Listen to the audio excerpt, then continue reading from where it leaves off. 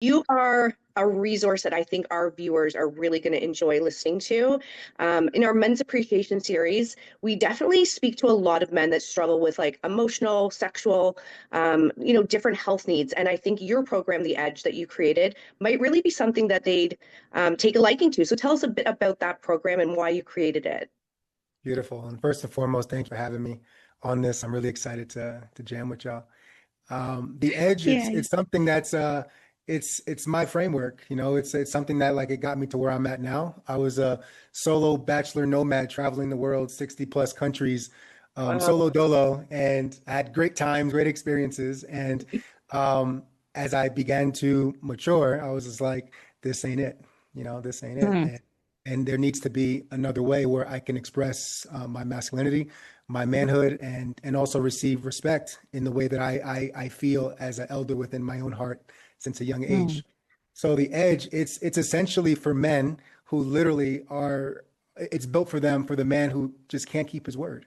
There's so many men out there who say one thing, but their actions do the other thing. And I used to be one of those dudes, like mm. even though I meant well, I had great intentions, but I never actually took the bull by the horns and was like, no, I have to be impeccable with my word I and think show up with that sometimes type of. customers assume that a sex worker is just there for the money. She has no interest in the job and she's just acting or something like that. And when a sex worker can bring about that moment for a client, and almost request more time with the customer to be like, we've found it, we're here, let's stay in it for a while. It's so powerful. It ends up emotional for us on our end too, because we're witnessing it and participating.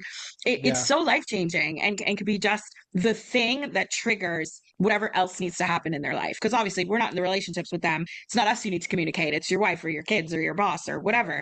But it can create such a feeling that they possibly have never felt before. And to me, the thought of people going through life never feeling that presence in yourself is almost heartbreaking to think about.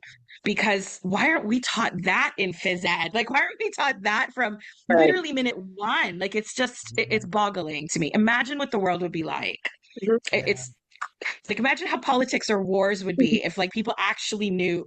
Oh, it would change everything. It would Have just, you like the thing is about touch too? Like it's we getting back to the basics and having a newborn, my first child now. Like it really puts things in perspective for me. And every man, every one of your clients, every one of us, like we were a baby at one point, a helpless baby, and we Mhm. couldn't do anything.